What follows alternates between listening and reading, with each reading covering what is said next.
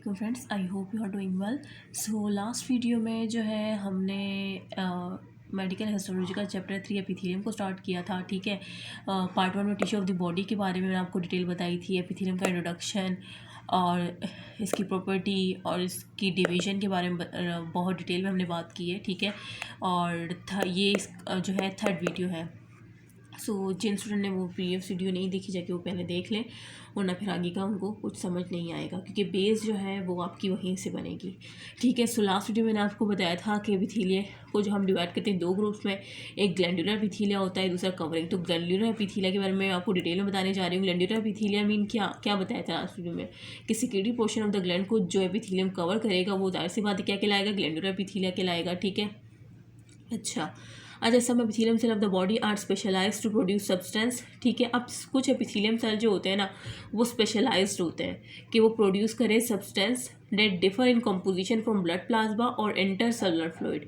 ठीक है, अब ये जो बात है ना ये उन स्टूडेंट को समझ आएगी जिन्होंने ये पार्ट 1 की वीडियो देखी होगी, जिनका ये बेसिक क्लियर होगा। ये वैसे तो स्टूडेंट इसको ना यूँ रीड कर लेते हैं कि हाँ भाई हमें समझ आ गया, लेकिन फिर वो यहाँ पे जाके उनका कॉन्सेप्ट अटक जाता है कि यार ये क्या बात हो रही है।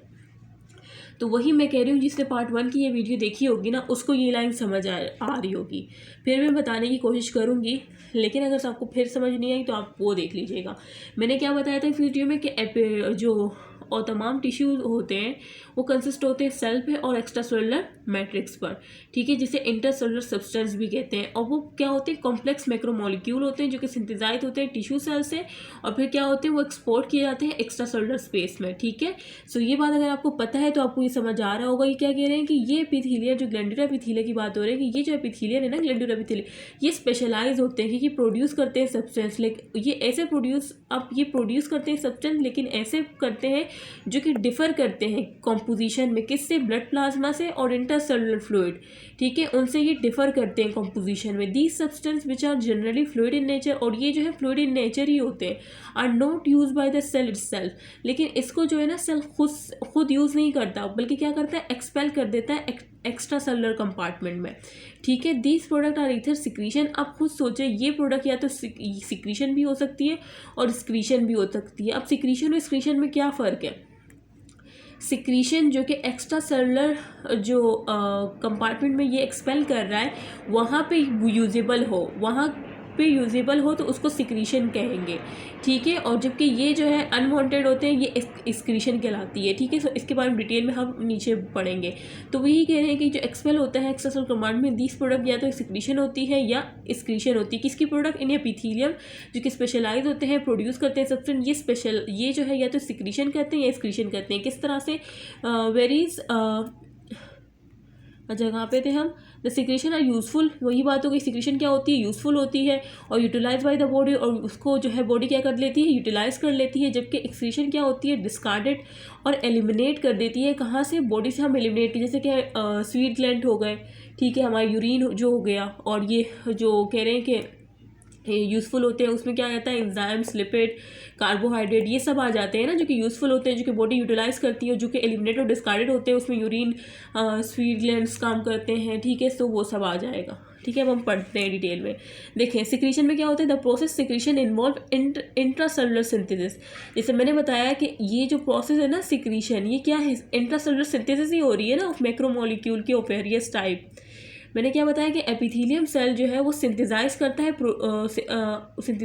है क्या, सब्सटेंस सिंथेसाइज करता है। ठीक है, epithelium cell of the body are specialised to produce substance. ये ऐसे एपिथेलियम सेल्स हैं, ग्लैंडुलर एपिथेलियम में जो एपिथेलियम सेल्स है वो ऐसे स्पेशलाइज हुए हैं कि वो प्रोड्यूस करते हैं सब्सटेंस। तो इसका मतलब क्या है, इंट्रासेलुलर सिंथेसिस हो रही है ना, वो इंट्रासेलुलर सिंथेसाइज कर रहे हैं लेकिन वो खुद यूज़ नहीं कर रहे, एक्स्ट्रा सेलुलर कंपार्टमेंट में भेज रहे हैं। तो वही कह रहे हैं कि सिक्रीशन में क्या होता है, इंट्रासेलुलर सिंथेसिस होती है। ये पॉइंट आपको समझा दिया है तो इसको याद रखिएगा। इंट्रासेलुलर सिंथेसिस किसी मैक्रोमोलिक्यूल की मुख्तलिफ टाइप्स के हो सकते हैं। द सिंथेसाइज मटेरियल जो होते हैं ना वो टेम्पररी स्टोर होते हैं, मतलब ये सिंथेसाइज कर लेते हैं ना ये एपिथेलिया, ये टेम्पररी जो है स्टोर होते हैं इनके सेल्स में। ठीक है, स्मॉल किस में टेम्परेरी स्टोर होते हैं इन द सेल में ए स्मॉल स्पेरिकल, स्मॉल और छोटा गोल सा स्पेरिकल सा होता है, मेम्ब्रेन बाउंड स्ट्रक्चर होता है जिसे क्या कहते हैं सिक्रेटरी ग्रेन्यूल। उसके अंदर ये टेम्पररी ये जो वो है सब्सटेंस है इंट्रासेलुलर सिंथेसिस के नतीजे में जो मैक्रोमोलिक्यूल सिंथेसिस हुई है वो टेम्पररी तौर पे एक सिक्रेटरी ग्रेन्यूल में जो कि स्मॉल स्पेरिकल और मेम्ब्रेन बाउंड स्ट्रक्चर होता है उसमें स्टोर हो जाती है। ठीक है, फिर क्या होती है the secretory granule also called secretory vesicle. अब ये सिक्रेटरी ग्रेन्यूल है ना, ये क्या है बेसिकली, ये सिक्रेटरी वेसिकल है ना जो कि मूव करेगा toward the surface of the cell, cell की सरफेस पे ये यूं मूव करेगा। ठीक है, और जब यहाँ पे आ जाएगा तो क्या कर देगा, फ्यूज हो जाएगा सेल मेम्ब्रेन के साथ और इस तरह से रिलीज कर देगा अपने जो कंटेंट है उसको रिलीज कर देगा बाय एक्सोसाइटोसिस के थ्रू। ठीक है, सो ये सिक्रीशन में होता है। ठीक है, अच्छा एक्सक्रीशन में क्या फ़र्क है, एक्सक्रीशन क्या है, the process of excretion does not involve in intracellular synthesis of macromolecule. अब एक्सक्रीशन क्या होती है, वो इंट्रासेलुलर सिंथेसिस नहीं होती मैक्रोमोलिक्यूल की, बल्कि क्या होता है but consist merely a transfer of waste material from the blood to the glandular cell. इसमें क्या होता है ट्रांसफर ऑफ वेस्ट मटेरियल होता है, कहाँ से, ब्लड से कहाँ पे, ग्लैंडुलर सेल्स में जो कि पास होता है on these material into the glandular lumen. फिर ये मटेरियल जो है उन ग्लैंडुलर सेल्स के ग्लैंडुलर ल्यूमेन में जाके पास होता है after passes through the duck, और जब डक के थ्रू पास करता है of the duck of the excreting gland, the excretion और फाइनली क्या हो जाती है, एलिमिनेट हो जाती है बॉडी से। ठीक है, सो ये वही कह रहे हैं कि द चीफ एग्जांपल क्या है एक्सक्रीशन की, यूरिन हो गया, स्वेट ग्लैंड से जो स्वेट रिलीज होता है। ठीक है, स्वेट ग्लैंड से जो स्वेट रिलीज होता है, यूरिन हो गया। तो ये आपको समझ आ गया सिक्रीशन और एक्सक्रीशन में बेसिक डिफरेंस। सिक्रीशन क्या है, इंट्रासेलुलर सिंथेसिस है, जबकि एक्सक्रीशन क्या है, नॉट इन्वॉल्व इंट्रासेलुलर सिंथेसिस। ये इंट्रासेलुलर सिंथेसिस नहीं है, बल्कि ये वो वेस्ट मटेरियल है जो कि ब्लड से ग्लैंडुलर सेल्स में आता है, फिर ग्लैंडुलर सेल्स में उनके ल्यूमेन में जाता है, फिर वहाँ से डक के थ्रू बॉडी से रिलीज हो जाता है। ठीक है, जैसे यहाँ पे शॉर्ट में कहता है कि secretion are useful are utilise by the body, जैसे कि एंजाइम्स, हार्मोन्स, लिपिड, कार्बोहाइड्रेट जो कि इंट्रासेलुलर सिंथेसिस के थ्रू जो है प्रोडक्शन होती है। इंट्रासेलुलर सिंथेसिस होती है मैक्रोमोलिक्यूल की जो कि वेरियस टाइप्स हो सकते हैं, एंजाइम भी हो सकते हैं, हार्मोन भी हो सकते हैं, और फिर वो एपिथेलियम सेल्स को एक्स्ट्रा सेलुलर कंपार्टमेंट में रिलीज कर देते हैं, फिर वहाँ पर बॉडी उसको यूटिलाइज कर देती है। ठीक है, यूटिलाइज कर लेती है। ठीक है, और वो किस तरह से रिलीज़ करते हैं, सिक्रेटरी ग्रैन्यूल में टेम्पररी स्टोर करते हैं, फिर वो सरफेस के साथ सेल मेम्ब्रेन के साथ फ्यूज़ हो जाती है, फिर एक्सोसाइटोसिस के थ्रू रिलीज हो जाएगी। एक्सक्रीशन में क्या होता है कि इसमें इंटरसेलुलर सिंथेसिस नहीं होती मैक्रोमोलिक्यूल की, बल्कि क्या होता है ट्रांसफर होता है वेस्ट मटेरियल का ब्लड से ग्लैंडुलर सेल्स में, फिर उसके बाद ग्लैंडुलर लेवल में पास होता है, फिर डक के थ्रू पास होके बॉडी से एलिमिनेट हो जाता है। और एग्जाम्पल क्या है, यूरिन और स्वेट। तो इसकी एग्जाम्पल याद रख लीजिएगा, इसकी मैंने बता दी। सिक्रीशन की एक्सक्रीशन की एग्जाम्पल क्या प्रोसेस होता है, और दो दफ़ा मैं बता रही हूँ। अगर आप मुझे नोट कर रहे होंगे ना तो मैं आपको वो कॉन्सेप्ट क्या करती हूँ, बार बार दोहराती हूँ। ठीक है, तो इसमें काफ़ी एनर्जी जो है, बहुत ज़्यादा एनर्जी खर्च होती है अगर आप सोचें तो। किसी को इतना समझाना, ये जो मेरी टीचिंग में आप लोग को पसंद है तो इसमें जो है मेहनत लगती है। कोई भी टीचर अपनी इतनी एनर्जी वेस्ट नहीं करेगा।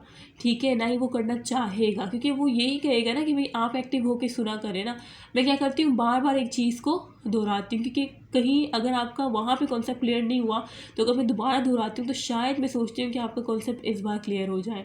ठीक है, तो वो एक एक चीज़ बार बार मैं क्यों दोहराती हूँ, बार बार क्यों इंटरलिंक करती हूँ एक पार्ट को दूसरे पार्ट से, एक चीज़ को दूसरे पार्ट से, ताकि सारी चीज़ें उसी वक्त मेमोराइज होकर आपकी लॉन्ग टर्म मेमोरी में सेव हो जाए।